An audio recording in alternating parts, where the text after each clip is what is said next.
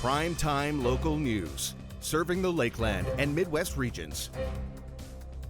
Our Connor Shan chatted with Dr. Becky Newman on tips for pet owners who are leaving their pets in cars in the summer. I'm very pleased to be joined once again with Dr. Becky Newman from the Lloydminster Animal Hospital. Dr. Newman, thank you very much for joining me today. Yeah, nice to be here. Let's talk about that. This time of year, it's very, very hot. The temperatures are going to go up. So that, of course, is the danger for, leaving your pets in cars. So I guess just what is the danger for leaving your animal in the car? Yes, I mean, hopefully the temperatures go up. We've all been waiting for some nice hot summertime weather. But yeah, certainly we need to think a little bit more about our pets and how we care for them when the weather does get hot. And the big risks on keeping your pet in your vehicle is that it can get sweltering hot in there very quickly. Even with the windows cracked a little bit, it really does get too hot for these pets. And we have to remember that dogs and cats don't sweat like we do. The only place they can sweat is from their paws. And so they have to pant in order to get rid of extra body heat. But when they're in a hot vehicle like that, I mean, they just can't deal with that heat stress, and they will succumb quite quickly on a hot day. How hot can it exactly get? I've read from somewhere between close to 50 degrees, between that 40 to 50 degree Celsius mark. Is that fairly accurate to say if the windows were not cracked in a car? Yeah, I think if the windows aren't cracked, it would get up to that temperatures quite quickly. Yeah, I don't have an exact number on that, but yes, in that range. And what are some of the health risks, both short-term and long-term, if if the animal is left in distress? So when they're left in a vehicle, we start to deal with hyperthermia. So their body temperature will get too hot. And when they start to get hot like that, then they can't breathe properly. It can even be worse in your little dogs with those little flat pushed in noses. All of your pugs and your bulldogs, they're what we call brachycephalic dog breeds. And those dogs are even more predisposed to heat stress when they're left in a vehicle. But not only when they're left in a vehicle, when you're out walking those dogs on a hot summer day, I mean, any dog on a hot summer day, you should, try and time your walks for earlier in the morning or later in the evening when the temperatures are starting to decrease a little bit. If you're going for a long walk, you can take a bottle and there's some of those dishes that are collapsible that you can take along, like a little bowl with you, and have some water in a bowl. And once again, with those little flat-nosed dog breeds, your bulldogs, your pugs, your Boston Terriers, those dogs can succumb to heat stress a lot more quickly. So you do have to be extra cautious with them. And that kind of leads into my next question. If you are taking your dog outside, sometimes the concrete can be fairly hot. Is there any, worry that their paws could get damaged from the heat? Yeah, I think that my rule of thumb for that is that if you wouldn't want to walk on it in your own bare feet, if it's too hot for your own feet, and we've all, as kids walked across concrete or pavement, and you feel how hot it is. So if you wouldn't walk across it yourself in bare feet, your dog shouldn't be walking on it either. So once again, trying to time those walks for earlier in the morning, later in the day, things like that are great ideas. And what should pet owners do if they do happen to maybe see their animal in kind of that little bit of a heat stroke there? Yeah, so certainly you want to try and start cooling them off. I would always recommend you can call. We always have a vet on call, even if it's after hours. So if you need advice, go ahead and call your local clinic. But basically, you want to start cooling them down. And you don't want to cool them down too quickly. So you don't want to put them in freezing cold water. You want to put them in just kind of like cool water. You can also take a towel that's been soaked in cold water and put it in those hairless areas of the body. So you could pack, cold towels in the groin, under the armpits, and those are areas that can really help to cool your pet off as well. But, a cool bath would certainly be helpful, and then offering them some water, some cool water to drink. And how many calls do you get on average per year at the Lloyd Animal Hospital that do retain to an animal suffering from heat stroke or any type of that particular field there?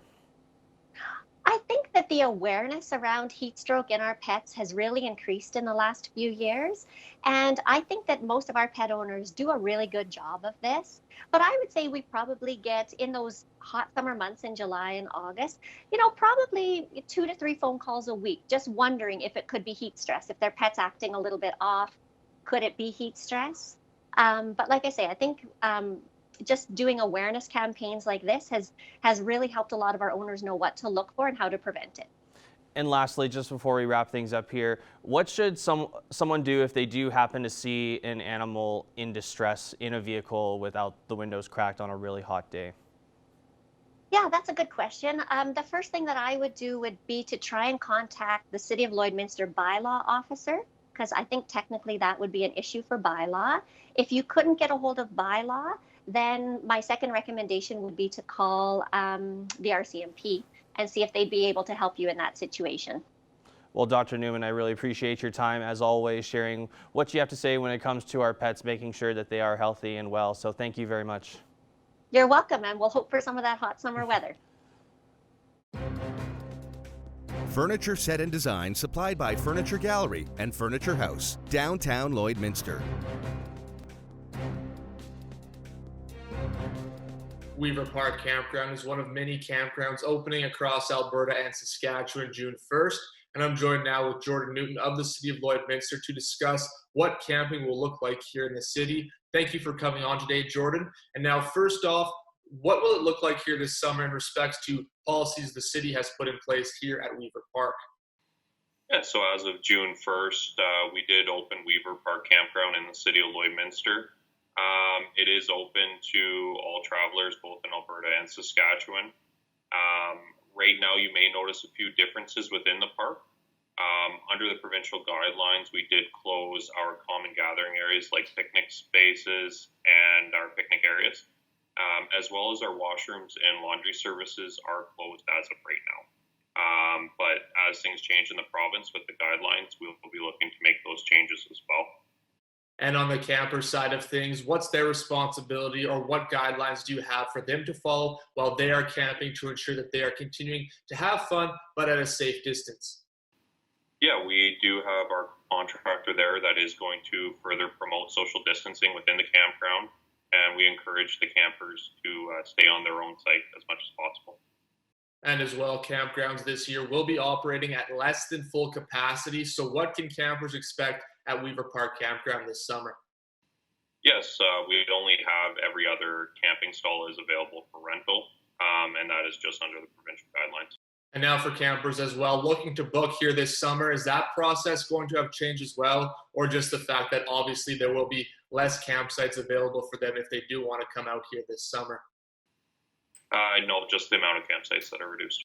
And now you mentioned there that on both sides of the border, campers will be available to attend here at Weaver Park, but we have seen in Saskatchewan some of those provincial campgrounds only accepting campers from the Saskatchewan side of the border. So does this allow campers from anywhere in Alberta and Saskatchewan as well to come out here to Weaver Park? So what we saw from our provincial governments, both of them, is restrictions on our provincial campgrounds to only allow people from the province and residents of the province to travel to their respective provinces' provincial sites. Municipal campgrounds and private campgrounds get to make up their own rules as who gets to come to their site. So right now we don't have any restrictions in place. That may change in the future, but please just call ahead to make sure. All right, Jordan, really appreciate you taking the time here today. Thanks.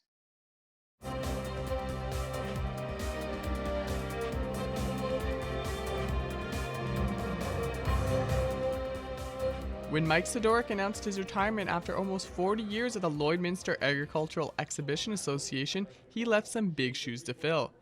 So big, in fact, his role is now being separated into 2 jobs. Janelle Saskew is taking over as general manager, and Jackie Tomeyer will serve in the newly created role of assistant general manager. Couldn't be prouder to be the new GM of Lloyd-X. Saskew has a long resume, including serving as mayor of Marwayne and as vice president of the Alberta Urban Municipalities Association. She will be leading the Lloyd-X as they hope to grow in the new normal post-COVID-19. The fact that we're experiencing the COVID times right now has really allowed all of us to maybe just step back. And, I don't want to say that we're going to be going back to a state of normalcy, because I don't think that what existed prior to 2020 will exist again. Here's a chance and an opportunity for us to hit the reset button and just move forward with the entire world, because everything that we knew changed. So just really looking forward to new opportunities, different experiences, and it's going to be a lot of fun. Jackie Tomeyer, who had been the association's marketing manager and helped grow their online presence, wanted to be part of the future at the Lloyd X. I've been a strong leader here since I came, but it really came to light in COVID, and I really wanted to become a part of the future of this place, even more than I was. So Assistant General Manager fit well. I'm excited to team up with Janelle and take this place, build on what Mike has built, and just take it to the next level. With the GM role now split into two positions, Saskew and Tomeyer want to work together to make inroads on new projects. We are looking forward to collaborating, to having two people do what Mike did as one person, and maybe just getting more inroads into the things that he didn't have time for, right? He did a lot. He wore a lot of hats, and now we've split that up a little bit, and we're excited to help build this association to where he would want to see it go. I'm so thrilled that Jackie is the new assistant GM. She has the knowledge and the experience, and that's definitely going to be helping with the transition. And it's been wonderful. I've spent just a few days in and out of the office so far, and you truly get that sense of family. And I'm just thrilled to be the mom of the family, if you will. Saskew is the first woman to serve as general manager of the Lloyd X, and outgoing GM Mike Sidoric is excited as the association moves forward with its two new leaders. Lloydminster Exhibition is very progressive and very positive, and we appreciate everybody's skills and everybody's assets, and to me that's what makes this whole association grow and prosper for this whole region. We have got the best interest of our community at heart when we make decisions to move forward. So this association has always been very progressive and a leader in many fronts to support the growth of this industry. Jace Mackey, Primetime Local News.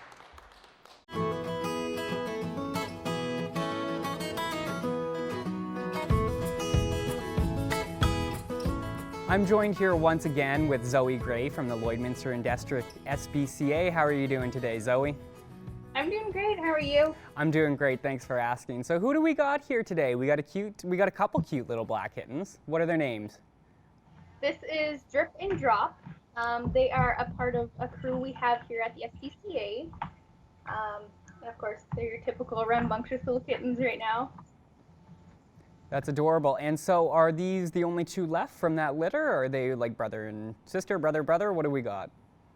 We have two brothers. They have another brother, but I wanted to highlight, the black kittens in the litter. They often get overlooked, so we have quite a few black kittens right now that just don't have homes at the moment. That's fair. Yeah, definitely want to showcase them, help them find a home. So you said they're a little on the rambunctious side, but that's pretty typical for a kitten. Like, are they pretty friendly as far as people and other animals go? Like, how are they temperament-wise? Yeah, they're really good. Of course, they love to be snuggled. They do love to play, when the time comes, but of course, they do love a good snuggle. They're socialized with cats. They've been growing up with their siblings. They don't seem to mind the dogs they have around, so I'm sure they would get used to some in no time. Well, that's good. Friendly enough then. And how are you doing for kittens total or cats total? I know you just said, you guys have quite a few black cats around, still looking for homes. How are you doing, like, numbers-wise? Are you guys getting full around this time, or? Yeah, we're filling up a little bit for sure. A lot of people have been finding strays now that it's warm out. They're coming out, and people are noticing cats around. So we're definitely filling up. And how about dogs? How are you guys doing for dogs? You, again, starting to fill up? Again, it's summer and, there are lots of strays out. Animals start going for hikes away from home, Sometimes they get lost. How are you guys doing for capacity there? Stray dogs, we have had a few come in, but they've been reclaimed right away. Right now, for dogs in our care, we actually only have 4, so we're not doing bad at all. Well, that's good. That's good. And I know we're coming up on the second phase of the reopening soon. So, are you guys having anything change as far as your procedure when people come to view animals, or has it kind of been the same where you call ahead, you make an appointment, you disinfect, and you come in and check out the animals? Are there any updates as far as that goes? Everything's remaining the same as of yet. Um, Basically, the next change we will be making is just open to the public and not having to book an appointment, but that probably won't be for a while. Okay, and I did hear that you guys are running a little low on kitten food. So is there anything else that you guys are running low on? Like, is there anything that you guys need for donations that you'd like to, put out on blast so that maybe people can go and they're already picking up some cat food at PetSmart, maybe they could grab an extra bag for your guys' kittens? Anything else you guys are looking for, or? Yeah, kitten food is probably what we're running low on with all the kittens we have in our care. We have had quite a few donations, but of course they're always appreciated. We go through it like wildfire. Some other donations, we always are accepting towels and blankets for all of the kittens that they have. Nice, fresh, new stuff when they come in. Beautiful. And so if somebody did want to make a donation, do they do the same thing as if they were to, pick up an animal? Do they call you and make an appointment, or how do you guys go about doing that? Yeah, so right now, basically they can drop anything off on the door, and they can knock on the door and we'll just bring it on in, and they don't need appointments. Beautiful. And say somebody wants to make a monetary donation. Are you guys accepting donations online or anything like that? Or how does that work if somebody maybe doesn't have the time to go out and pick something up for the animals, but they still want to, help contribute to feed them? How can they go about doing something like that? Yeah, so we do have donation links through our website, just at lloydminsterspca.com. Through there, we can donate through PayPal or Canada Helps is probably the main thing we use. Beautiful. Well, thank you so much for speaking with us again this week, Zoe. And we hope that Drip and Drop, find their forever home. And yeah, thank you so much for talking with us. And we'll see you again next week. We'll see you next week. Thank you. Manage your waste and recyclables with Quick Pick Waste Disposal. 100% locally owned and proud to serve and support the communities we call home. Quick Pick, the convenient solution to avoid pollution.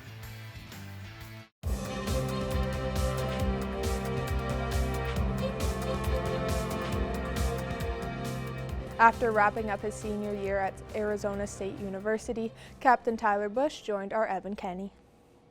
Joining me today is a World Junior A Challenge gold medalist, a two-time AJHL champion, and the captain of the Arizona State University men's hockey team this past year, Tyler Bush. Tyler, thanks for joining me. Yeah, thank you guys for having me. Now, Tyler, you just finished your career at Arizona State. Take me through the recruiting process and 4 years ago, what you went through.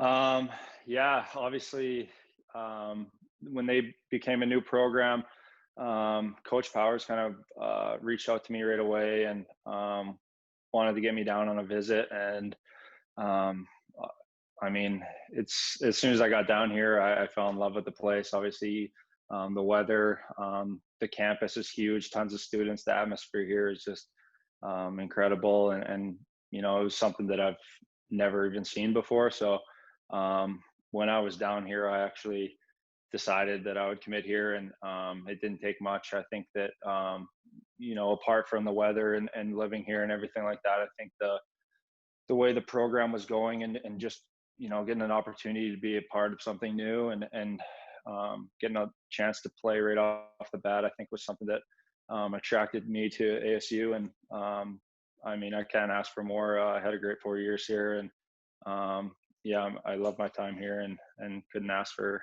much more. And Tyler, when you originally joined the Sun Devils, it was a brand new program, currently moving up from Division III to Division I. What was that first year like, and the experience in general? My first year was the first year we went full Division I season. The year before, they did a hybrid season, so they played half Division I games and then half against. They played some Division III teams and just kind of anyone who would play them. But I guess I was the second year, I guess. what was that like new team coming in, all your guys or a lot of your guys, barely having Div 1 experience? What was that like that first season? Yeah, it was crazy. It was like you said, like no one really had much experience. We had a few older guys, a couple transfers that had played at some big programs, but apart from that, I mean, we were all new, and the team in general and the program in general didn't have much of a culture built, and that was kind of what we were here to do, is lay out a culture and kind of build a tradition. And obviously the first year and first 2 years were pretty tough. We struggled a bit, and we had some long seasons and tough seasons, but I think that made us a lot better. And these past 2 years, we really turned the corner. And I think that if it wasn't for those first 2 years and just being able to learn and go through it, and honestly, I think we lost a lot of games, but that I think benefited us in a way, because we learned what it takes to be, a team that could contend. And I think that, the group of guys we had did a great job of setting a culture here that it should last a long time. Now, obviously, with a new team and a new club, there's bound to be ups and downs. Through that first couple of years, you guys struggled a little bit, but how did you guys get over the hump and get into the NCAA tournament? Yeah, I can think back of a few games. I mean, even our first year, we won a couple games that maybe we shouldn't have, and on paper that we didn't match up great against some top 10 teams, and we hung in there and competed. And I think that kind of gave our group a sense of hope, and it made us think that we could be able to turn the corner.